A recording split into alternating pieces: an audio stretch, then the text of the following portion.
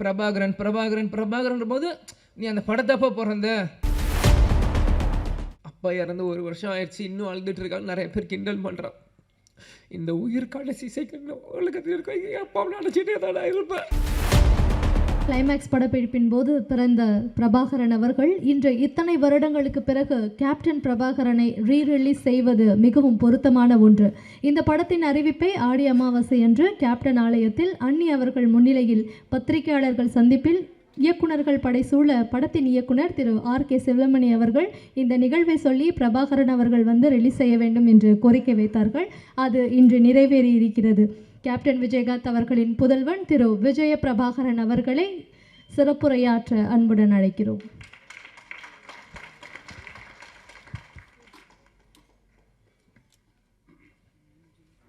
அனைவருக்கும் வணக்கம்.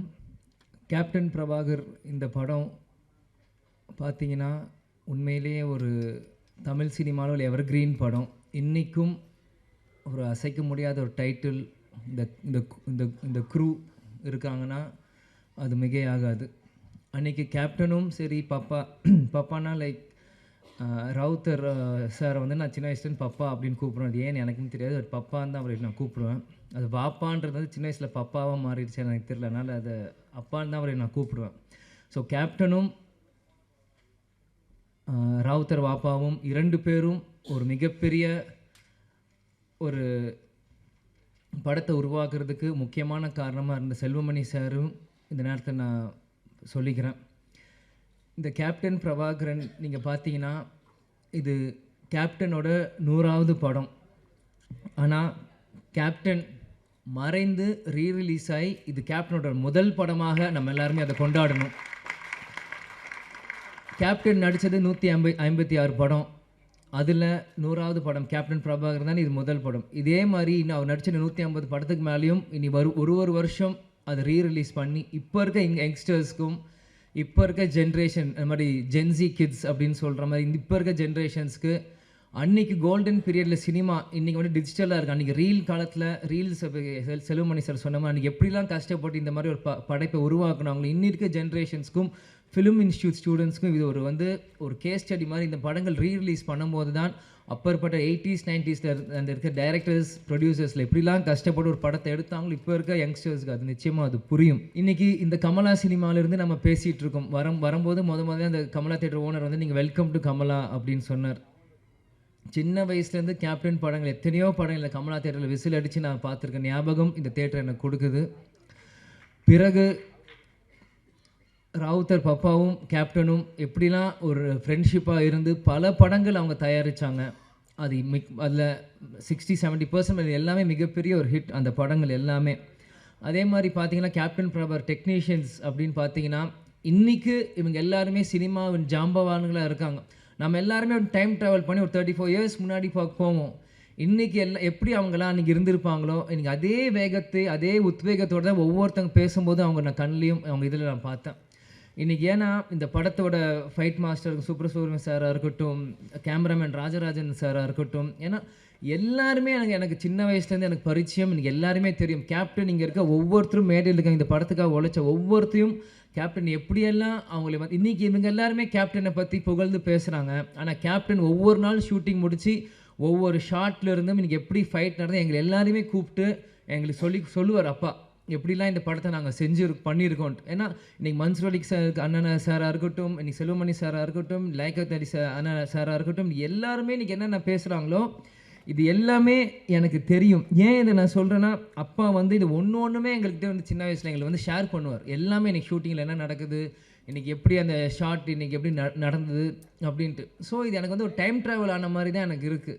இன்றைக்கி ஒரு 30 வயசு மேலே எனக்கு வந்து நான் பேசுகிறப்போ அன்றைக்கி நான் குழந்தையாக இருந்தப்போ எனக்கு என்னெல்லாம் இந்த படத்துக்கு பண்ணாங்களோ எல்லாமே எனக்கு வந்து டைம் ட்ராவல் இருக்கிற மாதிரி இன்றைக்கி இருக்குது. அன்றைக்கி இருந்த இளைஞர்கள் இன்றைக்கி ஜாம்பவான்களாக இருக்காங்க. இந்த பொறுப்பு இன்றைக்கி இருக்க இளைஞர்களுக்கு நம்ம வந்து இந்த படத்தை நம்ம தூக்கி கொண்டாடணும். இது நம்மளோட பொறுப்பு. ஏன்னா இப்படி இருக்கும்போது தான் இந்த மாதிரி பல படைப்புகள் இன்றைக்கி இருக்க யங்ஸ்டர்ஸ் பார்க்க முடியாத படங்கள் இன்றைக்கி திரும்பி வரும். இன்றைக்கி பார்த்தீங்கன்னா ஏன் இதை சொல்கிறேன்னா நம்ம டெக்னீஷியன்ஸ் நம்ம மேக்கப் மேன் ராஜவனாக இருக்கட்டும், இன்றைக்கி நம்மளோட இல்லை நம்மளோட ராஜேந்திரன் காஸ்டியூமர் அவராக இருக்கட்டும், எல்லாருமே கேப்டனை ஒவ்வொரு விதமாக ரசித்து ரசித்து ரசித்து தான் இன்றைக்கி கேப்டனாக இன்றைக்கி ஒரு 150 படம் பண்ணியிருக்காங்கன்னா இங்கே இருக்க ஒவ்வொருத்துக்குமான ஒரு எல்லா கடமையிலும் பொறுப்பும் இருக்குது. இன்றைக்கி நீங்கள் பார்த்தீங்கன்னா இன்றைக்கி ரம்யா கிருஷ்ணன் மேடமாக இருக்கட்டும், இன்றைக்கி அந்த ஆட்டமாக தேரோட்டம் இன்றைக்கும் அவங்க நடந்து வரும்போது நாங்கள் பார்த்தேன். எனக்கு அவங்க நடந்து வரும்போதே எனக்கு அந்த பாட்டு மைண்டில் எனக்கு அடிக்க ஆரம்பிச்சிருச்சு. அந்த இளையராஜா சார் மியூசிக் டேன் டேன் அப்படின்னு அவங்க நடந்து வர மாதிரியே தான் எனக்கு அது இருந்தது. இன்றைக்கி சரத் சார் இன்றைக்கி வந்து சுப்ரீம் ஸ்டாராக இருக்கும்போது இந்த படத்தில் இருக்கும்போது நான் அப்படியே அன்றைக்கி அங்கே கனெக்ட் பண்ணுறேன். அன்றைக்கி எவ்வளோ இளமையாக ஒரு மிஸ்டர் மெட்ராஸ் அப்படின்னு டைட்டில் எடுத்து அந்த படத்தை ஆரம்பிச்சிருக்கும் போது சரத் சார் இந்த படத்துக்கு எவ்வளோலாம் கஷ்டப்பட்டுருப்பார். செல்வமணி சார் சொன்ன கழுத்தில் உடஞ்சிருந்து இது ப்ராப்ளம் இருந்தது. இந்த மாதிரி பல விஷயங்கள் இவங்க பண்ணியிருக்காங்க. அதே மாதிரி மன்சூர் அலிகான் அண்ணா வந்து அவர் வந்து நான் சின்ன வயசுலேருந்து அவரோட நான் எந்த ஷூட்டிங் போனாலும் என்னை தூக்கி வச்சு விளையாடுவார், கொண்டு வர கேப்டன் ஷூட்டிங் முடிச்சோடனே சண்டை போடுவார். அவருக்கு தெரிஞ்ச விளையாட்டு எல்லாமே ஃபைட்டு தான். அதுக்கு பிறகு ஒரு சண்டை அப்படின்னா ஒரு மன்சூர் அலிகான் அவரோட தான். ஏன் இதை நான் சொல்கிறேன்னா, ஷூட்டிங் தாயகம் அப்படின்னு ஒரு படத்தில் போகிறப்போ இவ்வளோ பெரிய மூக்கு இப்படி வச்சுட்டு குண்டு மணாலியில் பின்னாடி வந்து பயமுறுத்துறது, எங்களை தூக்கிட்டு போகிறது, அவங்களோட டாட்டர்ஸ் ரூபியாக இருக்கட்டும், இந்த மாதிரி எத்தனையோ பேர் அவங்களோட சின்ன வயசில் நாங்கள் பழகியிருக்கோம். அவன் கேப்டன் பிரபாகர் அப்படின்னு பண்ணும்போது என்றைக்கு கேப்டன் அவரை உருவாக்குனாரோ, கேப்டன் மறைந்த அந்த டிசம்பர் 28 கேப்டன் காலடியிலே கடைசி வரைக்கும் இருந்து கேப்டன் இருந்து அழிஞ்சு சேர்ந்த ஒரு நல்ல உள்ளம்தான் மன்சூர் அலிகான் அவர்கள். இந்த மாதிரி இது வந்து எனக்கு வந்து இது வந்து ஒரு படத்துக்காக நான் வந்து பேசுகிறனோ இல்லை இவங்க டெக்னீஷியன்ஸ் அவங்களுக்கு முன்னாடி பேசுகிறோம் எனக்கு இல்லை. இவங்க எல்லாருமே எனக்கு ஒரு ஃபேமிலி மாதிரி தான் எனக்கு தெரியுறாங்க. ஏன்னா செல்வமணி சார் அவர் சொன்ன மாதிரி அவர் எப்பயுமே அவர் காரில் வருவார், அவர் வீட்டுக்கு போவார், ஹாய் சொல்லுவார், ஹலோ அங்கிள் நாங்கள் சொல்லுவோம், நாங்கள் விளையாடிட்டு இருப்போம். சிவா சாராக இருக்கட்டும், இது யாராக இருக்கட்டும், நாங்கள் சின்ன வயசுலேருந்து அவங்கள சுற்றி தான் நாங்கள் வளர்ந்துருக்கோம். இன்றைக்கி ஒரு அடுத்த ஒரு தலைமுறை வரும்போது என்னை முன்னிலைப்படுத்தி என்னை கொண்டு வரும்போது உண்மையிலே எனக்கு ரொம்ப ஒரு கௌரவமான ஒரு பெருமையான விஷயமாக இதை நான் பார்க்குறேன். நிச்சயமாக ஏன்னா நான் எப்பயுமே அப்பா கிட்ட கேட்பேன், எனக்கு எதுக்கு விஜய் பிரபாகரன் பேர் வச்சிங்க, அவனுக்கு சண்முக பாண்டியன் வச்சு. ஏன்னா ஸ்கூலில் எல்லாருமே கேட்பாங்க. இப்போ இருக்கும்போது ஸ்கூலில் படிக்கும்போது what is your father sir name last நேம்ன்றபோது விஜய் பிரபாகர் அப்படின்னு நான் சொல்லுவேன். விஜய் காந்த் எதுக்கு உங்களுக்கு காந்த்னு வைக்கல, பிரபாகர்னு வச்சிங்க அப்படின்னு எல்லாரும் கேட்பாங்க. அப்போ நான் சின்ன பையனும் அப்பாட்ட போய் கேட்டேன், எதுக்குப்பா எனக்கு விஜய் பிரபாகரன் பேர் வச்சிங்க அப்படின்னு சொல்லும்போது, இந்த படத்தோட 100வது படம் எடுக்கிறப்போ நீ பிறந்த பிறகு இலங்கை விடுதலை புலி பிரபாகர் அவர் நினைவாக உனக்கு நான் இந்த பேரை வச்சேன் அப்படின்னாரு.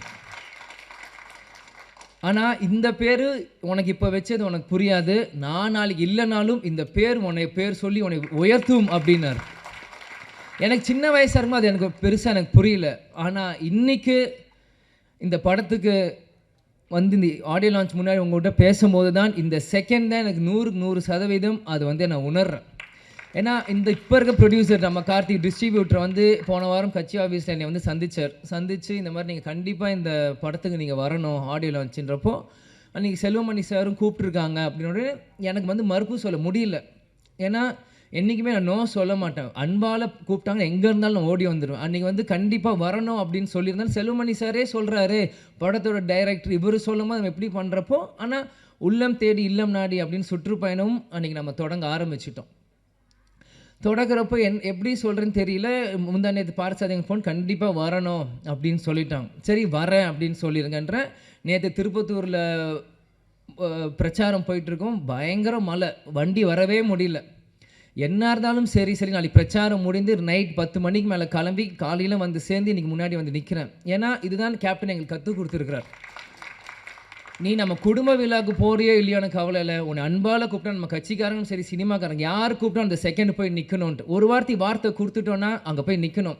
இதுதான் சொல்லுவார், துளசி கூட வாசம் மாறினாலும் மாறும், ஆனால் தவசி புல்ல வார்த்தை மாறக்கூடாதுன்னா அது இது ஒரு முன்னுதாரணம். இதுக்காக இந்த 35 வருஷத்துக்கு பிறகும் இந்த படம் வந்து இங்கே ரிலீஸ் ஆகுதுன்னா கண்டிப்பாக அப்பா எனக்கு அந்த பேர் வச்சுருக்காரு. இந்த படத்தை கொண்டாட இன்றைக்கி லட்சக்கணக்கான தமிழர்கள் இன்றைக்கி உலகம் முழுவதும் இருக்காங்க. இந்த இடத்தில் நான் இன்றைக்கி கேப்டன் இல்லை, அன்றைக்கி நான் பிறந்தேன், ஆனால் இன்றைக்கி அப்பா நம்ம கூட இல்லை. இருந்தாலும் நம்ம அந்த இடத்துல போய் நிற்கணும், கேப்டனுக்கு பதிலாக நம்ம அங்கே போய் இருக்கணும். இந்த படத்தை கேப்டன் இல்லாட்டியும் எங்கள் அப்பாவை இந்த விஜய் பிரபாகர் நான் கொண்டாடணும் இந்த யூனிட்டோட சேர்ந்து இன்றைக்கி நான் வந்து இருக்கேன். அம்மா கூட சொன்னாங்க, எதுக்கு ஷம்மு தான் சென்னையில் இருக்கா போட்டேன். இல்லை நான் போகிறேன், நான் வரேன்னு சொல்லிட்டு நான் போகிறேன். எவ்வளோ தூரமாக இருந்தாலும் சரி நான் வரேன். முடிச்சுட்டு நாளைக்கு காலை நான் திரும்பியும் வந்து சுற்றுப்பயணம் நான் கலந்துக்கிறேன். ஆனால் இன்றைக்கி மற்ற எந்த படம்னா கூட நான் யோசிச்சிருப்பேன். ஆனால் இந்த டைட்டில், இந்த கேப்டன் பிரபாருக்கு இந்த விஜய் பிரபார் கண்டிப்பாக வரணும், அப்பா இல்லாத நேரத்தில் இந்த விஜய் பிரபார் கண்டிப்பாக இங்கே இருக்கணும் அப்படின்னு சொல்லி வந்து இந்த விழாவில் நான் பங்கேற்றதுக்கு எனக்கு உண்மையிலே ரொம்ப சந்தோஷமாகவும் பெருமையாகவும் இருக்குது. நான் வாழ்ந்த இந்த வாழ்க்கைக்கு முதல் பலன் நான் அடைஞ்சிட்டேன் அப்படின்னு தான் நான் நினைக்கிறேன். ஏன்னா சின்ன வயசுலேருந்து எல்லாருமே என்னை வந்து பிரபாகரன் பிரபாகரன் பிரபாகரன்ற போது நீ அந்த படத்தப்போ பிறந்த அப்பாங்க இல்லை இல்லை நான் எமோஷன் ஆகக்கூடாதுன்னு தான் இருக்கேன். கேப்டன் எங்கேயும் போல நம்மளோட தான் இருக்கார். இவங்க இவ்வளோ நேரம் நம்ம எல்லாரும் பேசினாங்களே, இதுதான் கேப்டன். கேப்டன் எல்லார் உள்ளத்துலேயும் இருக்கார்.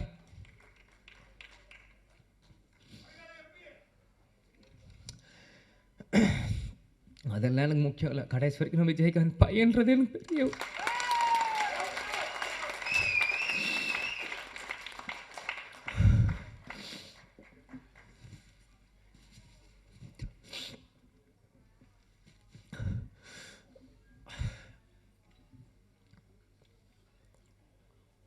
ஏன்னா சிங்கம் புலி என்ன சொன்ன மாதிரி தான் தமிழ்நாடு ஒரு நல்ல தலைவரை இழந்தது.